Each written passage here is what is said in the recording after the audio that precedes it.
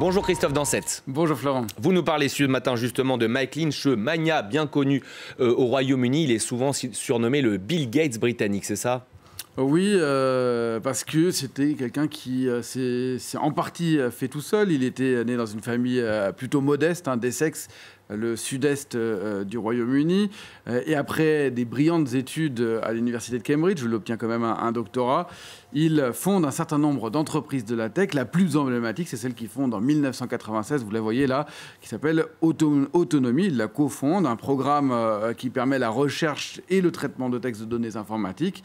15 ans après l'avoir cofondé et l'avoir fait entrer au Nasdaq, l'indice des nouvelles technologies de New York, Lynch la vend à Hewlett-Packard pour 11 milliards de dollars. L'homme devient donc célèbre et en vue. Il intègre plusieurs conseils d'administration, dont celui de la BBC, et il conseille même le gouvernement de l'époque, celui de David Cameron, sur les questions de tech et notamment d'intelligence artificielle. Surtout, il devient riche, très riche, à la tête d'une fortune de 500 millions de livres, ce qui en euros fait un peu plus de 580 millions d'euros. Le début de la fortune, le début des ennuis également ?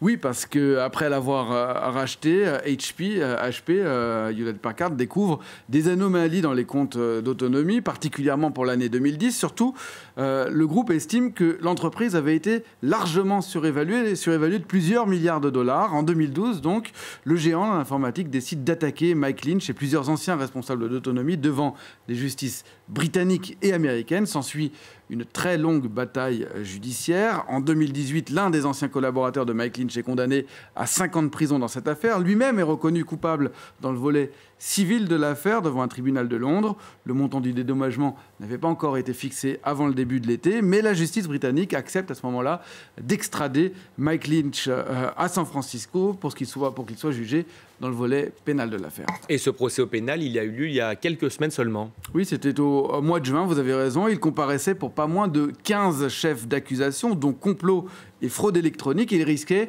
jusqu'à 20 ans derrière les barreaux. Mais à la surprise générale, le jury l'acquitte totalement, lui et son bras droit, Stephen Chamberlain.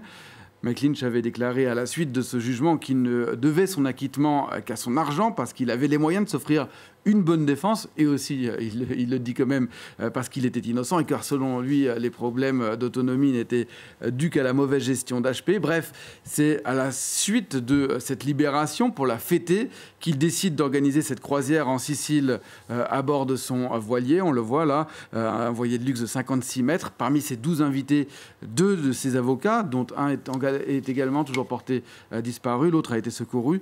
Et aussi, surtout, Jonathan Bloomer, qui est le président du conseil d'administration de la banque Morgan Stanley International, ancien responsable de l'audit au moment de la vente d'Autonomy, qui avait témoigné à la faveur de Mike Lynch durant ce procès à San Francisco. Et c'est un tragique hasard. Vous évoquez l'ancien bras droit de Mike Lynch, Stephen Chamberlain. Il a été acquitté en juin et lui est mort ces tout derniers jours.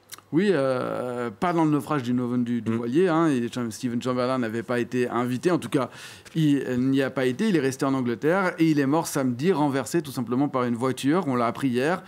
Depuis, évidemment, les théories du complot fleurissent sur les réseaux sociaux. Mais à voir les images de la tempête au large de Palerme, il ne s'agit rien de plus, rien de moins qu'un coup tragique du destin. C'était l'info éco signé Christophe Dansette. Merci pour votre chronique ce matin.